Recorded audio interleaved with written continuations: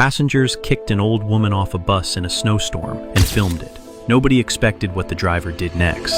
The woman got on the bus quietly carrying 2 old grocery bags and shaking from the cold. Before she even found a seat, someone said out loud that she probably couldn't pay. By the time she was searching through her bag for her fare, people were already telling the driver to get her off.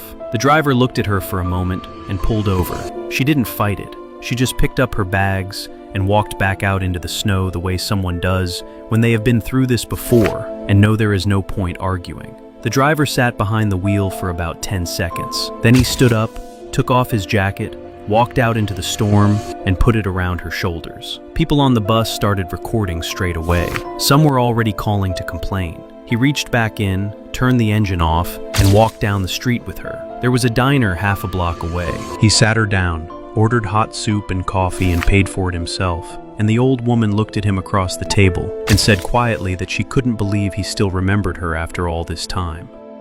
A young woman from the back of the bus had followed them in and was sitting 2 tables away pretending to be on her phone.